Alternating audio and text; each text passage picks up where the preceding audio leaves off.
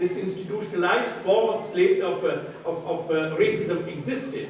And it is in the 1880s, and this is again no coincidence. 1880s, the recruitment into the British Indian Army, a new doctrine was introduced, which was the doctrine of martial races. And these martial races meant that the whole all inhabitants of the British Indian Empire were classified into martial and non-martial. And this is not coming term that's officially used is race.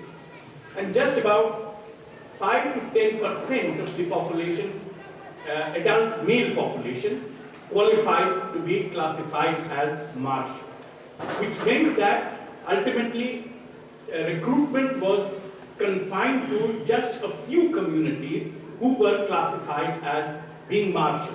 Now, in identifying these communities, there were certain characteristics that the British were looking for, that colonial ideologues were looking for, that ethnographers were looking for, that military ethnographers, in fact, recruitment officers became virtually ethnographers. So, ethnography was put in the service of the military organization of the British Empire in India, and the kind of ideas which they used for identifying those communities were based on notions of the superiority of the Indo-Europeans, more specifically the Indo-Aryans, and here a number of disciplines such as philology contributed to the development of these ideas. So there's a long history to the development of those ideas. These are not ideas which are the product of the late 19th century. The building blocks were already available in the 18th century, early 19th century, but using these building blocks which are already available, concepts which were already available, ideas which were already available, they were arranged in a particular way in the late 19th century to develop this sort of scientific notion of race. So the idea that the human species is divided into races, that these races are arranged hierarchically, and that the races which are at the top inhabit Western Europe, particularly the northern parts of Western Europe. So this became the area where, so the Anglo-Saxons, the Germanic races, again, so linguistic groups really became racial groups. These were identified as the most superior, the most highly evolved, In the case of Europe itself, as you moved from west to east, racial qualities became inferior. So by the time you come to Eastern Europe, the Slavs, this is inferior material. Similarly, as you move from Northern Europe to Southern Europe towards the Mediterranean, the racial material becomes inferior. And here, climate was added as another component. So the racial characteristics of the Indo-Europeans are best preserved and developed more in a very cold climate. In warmer climates, whether you move towards the Mediterranean, whether you move towards Asia, whether you move towards Africa, as you move towards tropical regions, the racial material becomes increasingly inferior. Now, of course, by this kind of classification, a large part of the human species was completely excluded from the possibility of ever achieving the status of a civilized community. So that was unachievable because there were biological barriers to that. So this understanding that ultimately these are biologically determined, this is a biologically determined hierarchy. So that is the idea with which they are working. And in that, the role of language also becomes important. So, you see, there are physical characteristics which are identified. So, physical characteristics, obviously, of the most superior race. So, it is to be fair complexion, tall, high, and a prominent nose. These were the characteristics that are defined. So, the more a particular community had the average sort of characteristics of a community, the more they had these characteristics, the closer they were. And the fewer that they had, so darker complexion, not having a prominent nose, shorter height, all these meant that you were obviously biologically inferior. So as you moved from west to east or from north to south, these characteristics become fewer. Consequently, these are communities, these are societies, these are people who cannot really they are already, nature has already placed them at the bottom of the ladder. Now, in the case of India, something very peculiar happened, which was the coming together of linguistic characteristics and physical characteristics. So already there are components which are there in the way in which philology has developed, the way in which the study of the history of languages, evolution of languages, language families has developed. They have already placed communities in groups which speak languages which share certain similarities of grammar, syntax, vocabulary. And by the time you come to the 19th century, there is already this understanding that there is a common family, the Indo-European, from which many languages such as, of course, Latin, Greek, but also Sanskrit has developed. So Sanskrit, the classical language of India, not the language only, but one of the sort of important classical languages in India, that has similarities, and then the assumption, so it belongs to the same group. But from there, the next step was that therefore, the people today who speak those languages that are descended from either Latin, Greek, or from Sanskrit, are ultimately descended from the same racial stock. So, same racial stock. By the way, this is also the time when late 19th century, when Semitic languages are being devalued. So, anti-Semitism acquiring a new phase where it is not so much about language, it is not so much about religion, but about language and of course about race. So the Jews represent a different race, not merely a different religion, so they must therefore be excluded. There are many commonalities in these ideas which I'll just come to in a moment. So language also became a characteristic. So superior races have superior languages. So language itself became a characteristic of a racial characteristic. A racial characteristic which defined the status of a particular race. Languages which are inferior because nature has ordained that they will be inferior. And you cannot have great literature, you cannot have philosophy, you cannot have mathematics of an advanced kind. In those, you might know some basic principles of geometry, but you can't produce a Euclid. So this understanding that language is also crucial to identifying who belongs and who does not belong. So by that understanding, it became possible to get around the problem of completely excluding Indians from the army. So you could argue that, well, there are remnants of the original Indo-Europeans who inhabit parts of India, and again they were looking for those parts of India where you have colder climates, where you have people whose average height would be, they would be taller, relatively taller, would have fairer skin. These became the identifying features of these communities.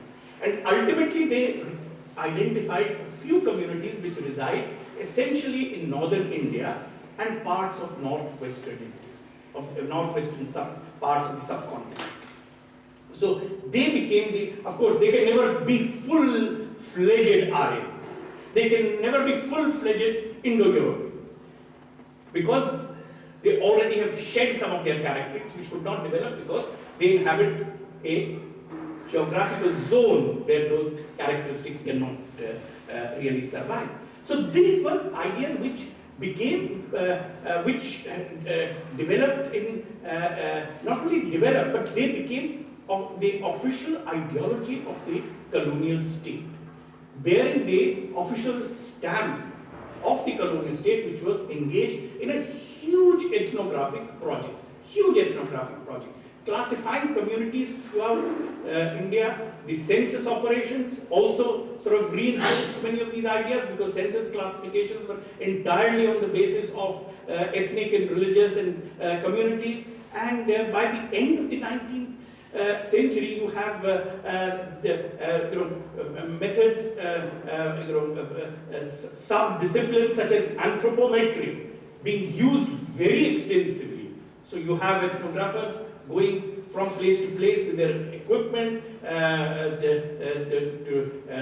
measuring noses, measuring the size of the skull to produce the nasal index or to produce the cranial index. In fact, the nasal index became the most mathematically precise way of identifying who belongs to a superior race. The index is arrived at by dividing the height of the nose, the breadth, multiplying it by 100. That gives you the nasal index. So you have this series which are produced by the state. I mean, this is a state initiated project. So they are identifying this, and in 1901, in fact, the official who was in charge of the census operations, he produced a huge volume entitled "The People of India," in which he grouped Indians by race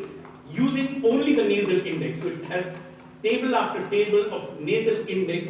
He identified 7 races inhabiting India, and these races were supposed to be known by their basically nasal index, but then of course their complexion, whether they are fair, whether they are dark skinned, whether they are tall, whether they are medium statured, whether they are short statured, all this would get into the structure. Now, this is, these were ideas which then, of course, fed into ideas of the superior Aryan race. And I needn't really sort of get into the details of what happened in Germany, but I do want to make a brief reference before we can open up the discussion. I would like to make a brief reference to South Africa, because these are ideas which were also ideas which many of which the Afrikaners, that is the descendants of mainly of Dutch settlers, but of course also other migrants, they developed these ideas of Afrikaner nationalism, which was really ideas which were of white superiority, European superiority, and but the Afrikaners gave it a slightly different twist by also insisting upon the African roots of the Afrikaners. So repudiating in a sense Europe, but not their superiority derived from their descent. Of course, they also claimed that South Africa was a vacant space which was initially inhabited by the Afrikaners, so that gave them superior claim. But it is interesting actually that these ideas are developing. I mean, they are, the Afrikaner nationalists are actually developing, people like Dutoit, they are really developing these ideas in the 1870s. 70s, 80s is again the time when ideas about race and the exclusive sort of privileged position of certain racial groups is getting this scientific garb which I am referring to, which could be actually made mathematically so precise through the techniques of through anthropometry. And it is in this period that they are talking. So, of course, the blacks have to be excluded, Asians have to be excluded, Chinese have to be excluded because the Chinese migrant laborers as well, and of course, if it is do with defining the special privileges of the Afrikaners, then the non-Afrikaner whites would not have the same privileges as the Afrikaners. So it acquired these dimensions, which of course ultimately were to develop into ideas of apartheid and give to race a terrible and very violent form which continued right up to 1990. So this is not really something which ended. We know that in Germany, the way these ideas developed. But I think we also need to see how many of these ideas and also fed into nationalisms, because many of these ideas, particularly in India, it's not just Germany or Afrikaner nationalism, the way in which anti-colonial nationalism also incorporated many of these ideas to exclude groups within their nation from the way in which these ideologues imagined the nation. So, in the context of India, the Jews were replaced by the Muslims. So the Muslims don't belong to the Indian nation. So that kind of idea. On the other hand, there was this idea of two nations, and again going back to an understanding of which produced Pakistan, where the understanding that the Muslims constitute a nation and the Hindus and non-Muslims, they constitute another nation, which is descended from a different racial stock. In fact, in India, the large section of elite Muslims were arguing at the beginning of the 19th century that what gives them a superior social status is the fact that they are descended not from Indian converts, but because they are descendants of either, of course, the family of the Prophet, or else they have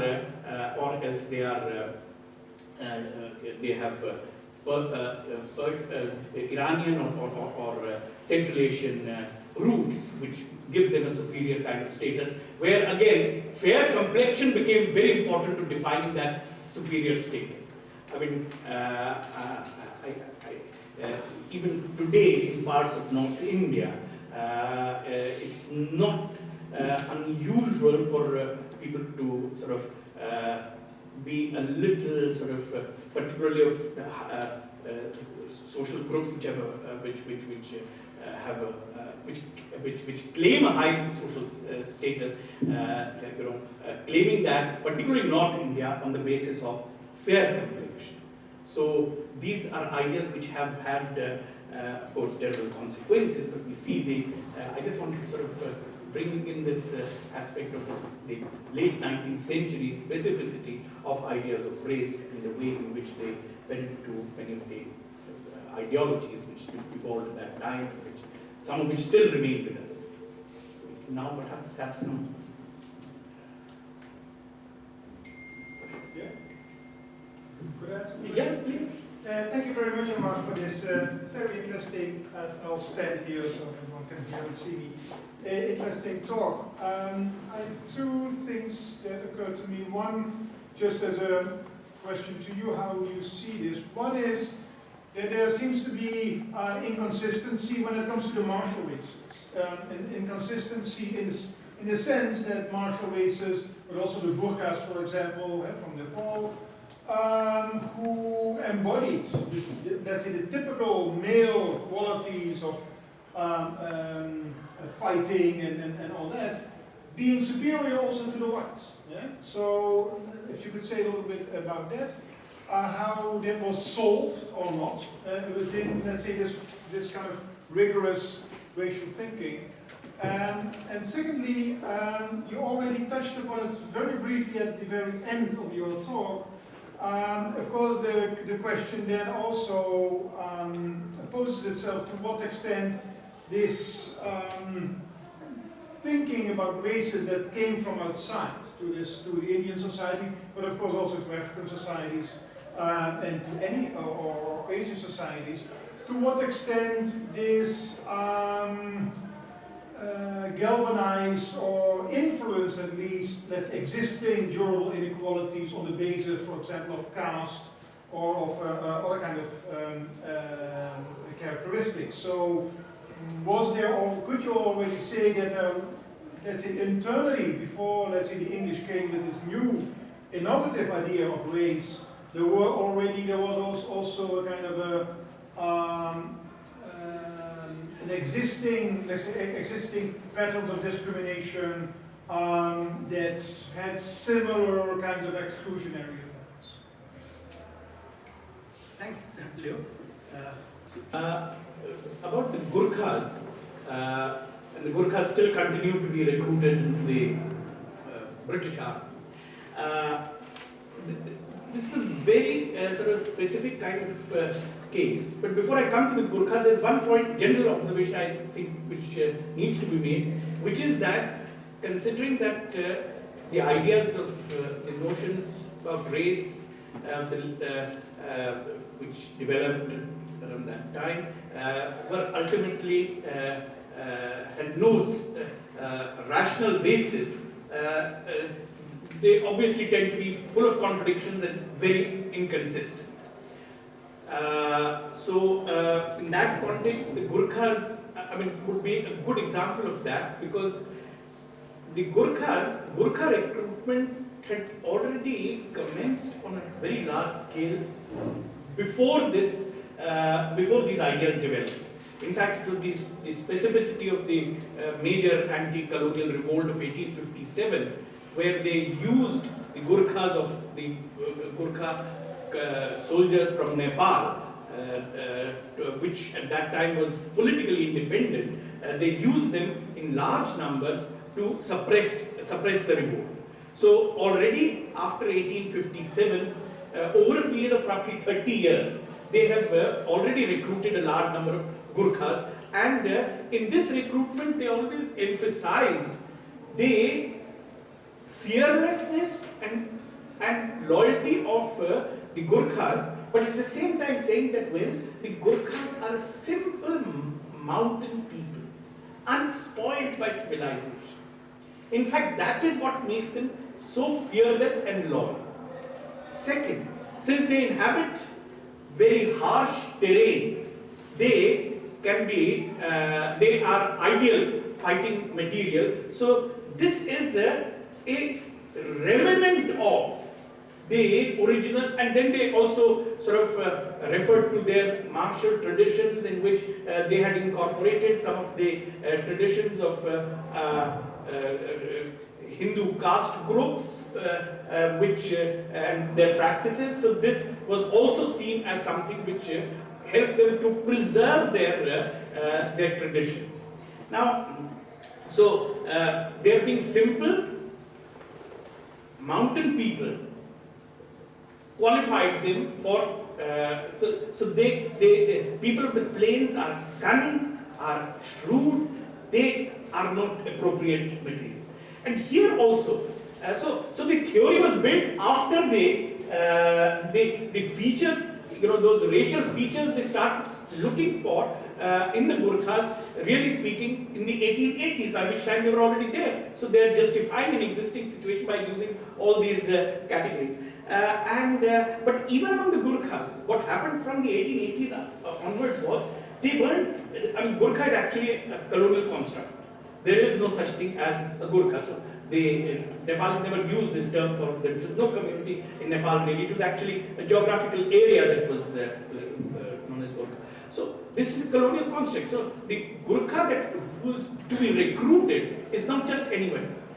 There are only some communities, like there's a community called the Magar community, which inhabits very harsh terrain in the mountain areas of Nepal.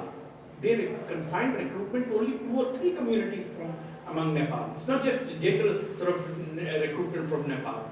And there also, it's very interesting the way in which they differentiated between the town-dwelling Gurkha and the rural, the Gurkha who lives in the village. So the Gurkha who lives in the town is no longer suitable materials. So the recruiting officers, and the British were producing these recruitment, these handbooks for each community, which has nothing to do with the military aptitude. These are only books which present a constructed history of and characteristics of a particular community. So the Gurkha recruitment book tells the British officer that if you go and recruit them, you must recruit them from the village. Make sure they have not been contaminated by living in an urban area. So these are the ways in which they attempted to justify these things. And of course, they are also by this time looking at the other issue which you raised, which is caste, which is closely connected with this. I didn't get into the complications of caste because that's such a complicated affair that I can't myself claim that I have fully understood as a student of Indian history, the implications of caste. But the connection between caste and race is actually a little combination. By the time you come to the late 19th century, this idea of race, the way in which why racial characteristics, certain racial characteristics, why did they survive such a long time in India? And there caste became the explanation. Since the assumption that superior castes, I might just mention over here for those who are not familiar that the traditional Hindu society is supposed to be divided into 4 hierarchically arranged castes. There is a 5th caste, but which is not a caste, really outcast in the sense that they are untouchables.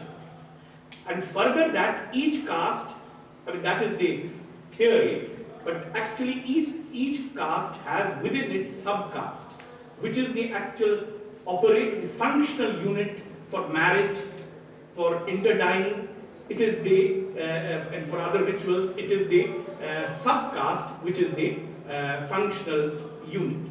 Now, the assumption is that those who belong to the upper castes, they do not intermarry. That is, among their subunits also, they don't marry, they marry within their subunits only. That allows the blood purity. So endogamy, which is supposed to be an important feature of upper castes, so castes which seek upward mobility begin to claim that they are endogamous. So this endogamy became the explanation for why over centuries the lineage had remained pure and this had not been contaminated. And this qualified the upper castes for recruitment into the army. Incidentally, the uppermost caste is not a martial caste in the traditional Hindu order, not the British classification. But it's the second ranking caste, which is actually the warrior caste. So what the British were emphasizing on was the martial features of the warrior caste. So this is the warrior caste which they are actually recruiting in large numbers. What this meant effectively was that they collapsed caste and race. So upper caste became became superior race. This is precisely what H.H. Risley was arguing in his that the nasal index is both an identity. It gives you the hierarchy of caste, and it also gives you hierarchy of race. In fact, there's another argument there that the castes which stand at the lower the lower rungs of the hierarchy, they have been pushed to that rung precisely because they did not preserve blood purity. They violated the norms of endogamy. In fact, this became an argument for also justifying untouchability. So those who violated it in a big way have been thrown out of the caste order and become rendered untouchable. So what Risley was actually saying was that, well, listen, this is already there. We have not invented this. The sacred texts of the Hindus, they have already produced they already recognize the principle of racial purity. So you already have this justification in sacred texts. Of course, we also know that those are sacred texts, which the sacred texts they were talking about were precisely those texts which native informants had, upper caste native informants had told them these are the only relevant texts, which always justified inequalities in society. But ultimately, you are very right that this reinforced inequality in a big way. It reinforced in a very big way. In fact, the 1901 census, which the British conducted, is unique in the sense that it attempted to rank all subcastes in India in a single All India hierarchy, in a single All India hierarchy. So upper caste status got the official stamp of the colonial state that, well, we recognize you as upper caste. I mean, that itself became a way of perpetuating the exploitative mechanisms that are there in place. So race reinforced racial the inequalities based upon caste, just as it did in the context of other societies where existing inequalities were perpetuated further by using race as a way of exclusion and for strengthening instruments of exploitation. Before I come to that, let me just once again emphasize that I think it is a lot of the ideas which went into developing notions which toward the end of the century, and as you identified 1880s to 1920s, I think that's a very critical period. I think many of these ideas have much older history, and also many of the ideas were already available from developments in other disciplines, as for instance philology, which has really all this work is really happening in the 18th century, particularly Germans working on languages and so on. So I think and by the early 19th century there are already many of these other notions developing that you must study the shape of the skull, and so that also became a very fed into all this. But I think it's really after the 1870s that kind of also anthropology, the way anthropology had already placed at the disposal of ideologues of racism a huge amount of material. So I think it's really after the 1870s that this scientific jargon became available to clothing for many of these ideas, and also to bring together, to arrange these ideas in a particular manner around this time. So I think that, I mean, not to believe in these ideas would have meant that, well, you were not really up to date in, the way in which science was progressing. So this is the time when you also have the development of eugenics. So this, all this actually is really sort of comes together in a particularly powerful way around this time, and also, of course, as a way of further perpetuating colonial domination. About this recruitment, actually, that's an important problem because there are two things that the British really did for this recruitment. One was that they had to actually, by the 1890s, they were systematically beginning to exclude from the list of those who could be recruited some communities which had been traditionally recruited over a long period of time into the British Army. For instance, in Western India, there was one community which would be classified in the traditional caste order as untouchable.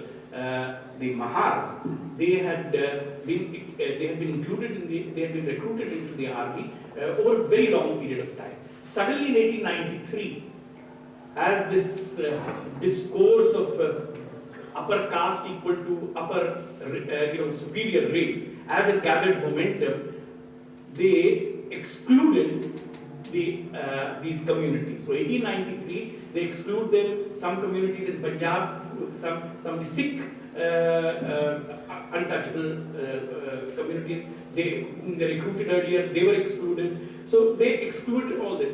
Suddenly in 1914, they found themselves in a situation where they had to once again bring them back on the list. And it was very clear that this is an emergency measure. So once again, as they began recruiting, they said, well, these people were, we've tested them, so it's better to begin with recruiting them. Let's allow them into the army again. So that was one way in which they sort of overcame this problem. The other was that in those regions where they were recruiting, these so-called martial races, particularly in Punjab and the northwest frontier, particularly in Punjab, they actually imposed informal conscription. So they're recruiting from among the same communities, but now they're recruiting almost on a compulsory every village from where traditionally recruitment was taking place was given quotas which they had to fulfill.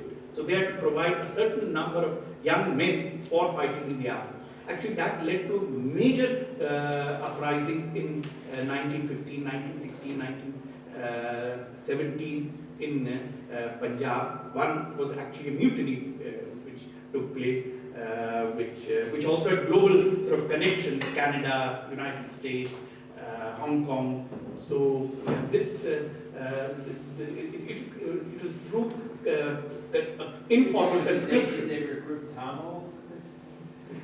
Tamils had been completely excluded. They hardly recruited any Tamils. Tamils they saw as inferior. In fact, the irony is that it is the soldiers of southern India, where the East India Company initially recruited its armies, which helped the East India Company to win empire. Yes, and by the time you come to the late 19th century, they have been told that, well, you are no longer suitable fighting material. So, in fact, they drastically reduced the number of recruits from southern India, drastically. Yeah. Yeah, Amar, thank you. I want to ask maybe a question from the Senegalese reality, which has some interesting comparison. Et pour les francophones, je vais poser en français après en anglais. Ici, il y avait vraiment une codification coloniale des groupes ethniques. Le groupe dans lequel je travaille, les Sérères, était nommé le type même de paysan africain. Et donc, il y avait une idéalisation que les Sérères étaient un groupe de travailleurs agricoles qui étaient honnêtes mais sains. Et il y avait, avant la colonisation, il y avait 7 groupes qui étaient mélangés, qui étaient groupés pour les nommer seuls. Actuellement, à l'heure actuelle, et les Sénégalais dans le salon peuvent ajouter, il me semble qu'il y a un rapport entre ethnie et caste sur le plan de la discrimination sénégalaise. Donc le caste, à mon avis, est plus important sur les questions d'exclusion et discrimination que l'ethnie. Et les castes sont traversales parmi beaucoup des ethnies. So the first question is, first of all, just observation here in Senegal, there was definitely a very similar codification of ethnic groups. The group I work in, Serer, were sort of lumped together. We're labeled the best peasants in Africa. We're counted on to do agricultural work as a kind of a bulwark against a different agricultural economy of the Moorids. And yet, in contemporary Senegal, you know, there's a kind of cross-cutting of caste and ethnicity, not quite lined up the way you were describing, where, in my mind at least, caste is the more important, hotter, more sensitive topic of discrimination versus ethnicity. So I guess I'm curious in India, in the contemporary racial politics of the BJP, it seems like, you know, you've got caste, religion, and race all at work, and what do you think, how has this evolved to get us to Hindutva and the idea that Muslims are lapsed Hindus who should be restored to Hinduism? Yeah, you know, this, the way in which, you know, refer to Senegal and the way in which ethnicity and caste, to say, in the way it works. Although you didn't perhaps mention religion. Yeah. In the context of India, it's a combination of various ideas really. But let me just point out that ultimately many of these ideas go back to the 1920s. The influence of both Italian fascism and of Nazi ideology was very strong when one particular strand of anti-colonial nationalism began to define the nation.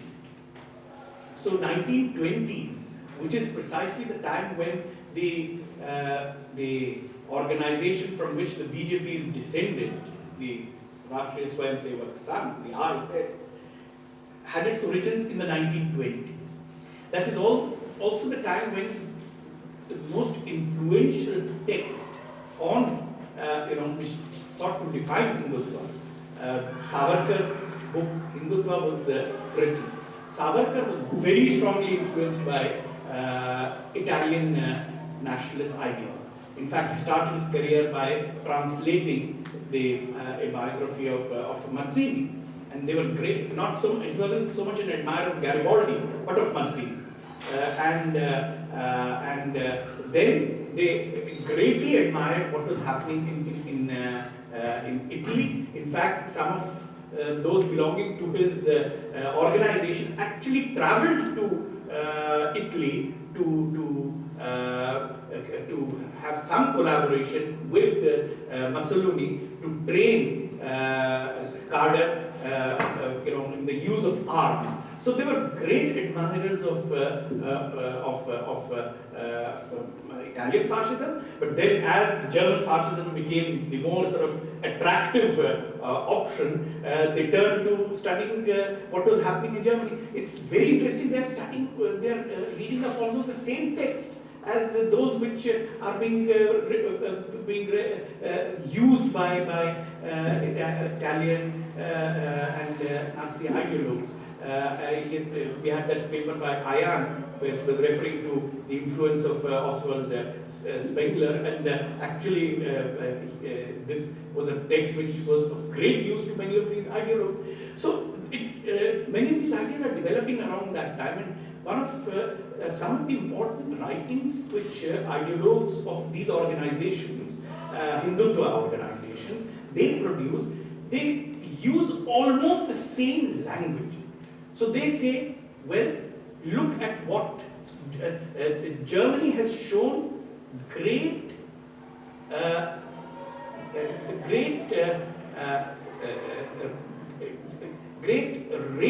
great characteristics of its race by insisting upon their superiority as against those of the Jews. This is how we can also solve the problem of Muslims. They have shown us the way.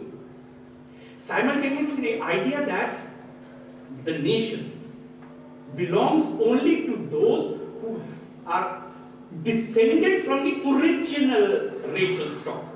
So it has to be the Aryans. The 1933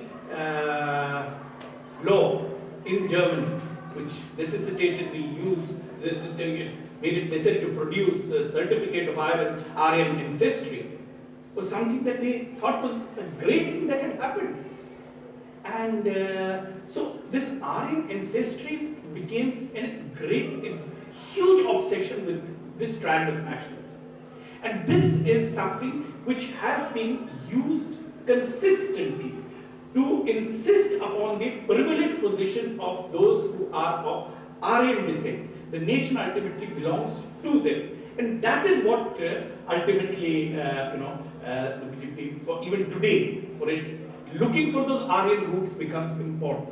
I don't really have the time to get into this, and I would like to sort of impose our own issues of history, sitting in a place where different kind of discussion might be required. But I cannot resist pointing out that one of the major attempts at rewriting the history of ancient India, India's past. So the ancient is always very important for nationalists. It's the ancient where the roots of the nation are to be found. For them, the disturbing problem is that there is a major civilization, the Indus civilization, which is very obviously not a product of the Aryans. The Aryans come after the civilization has declined. Therefore, the relationship of the Aryans to that civilization is something that has been, the attempt has been constantly over the past several decades to invent Aryan origins for in the civilization, to establish that the Aryans never came from outside, they were Indians. They are the ones who produced India's great ancient civilization. And that is where we have, that's a big battleground for us in India, this attempt to resist completely changing the existing chronology, the accepted chronology of What's striking is how persistent and widespread that you referred to the Nuremberg laws in 1935, but there's a new book out which shows how the German legal theorists, the Nazi legal theorists, but hey, we can borrow these racial laws from the United States. And so they actively study, racial legislation, which we had in the different states, not on the federal level, against miscegenation. And they said, well, the only trouble with the Americans is that they seem obsessed with blacks, Negroes as they were called them, or African Americans, whereas they should have been thinking about the Jews. And there is a whole disease of, in a sense, the period does have earlier roots. The French medievalists of the Gobineau thought it was the Franks who were the tall, white guys, and the others came from the east, and the short barbarians. Okay, so I don't know. The lesson is we're either all tall, beautiful, or we're all short and inferior. I sometimes think I went into academics because I couldn't be a basketball player.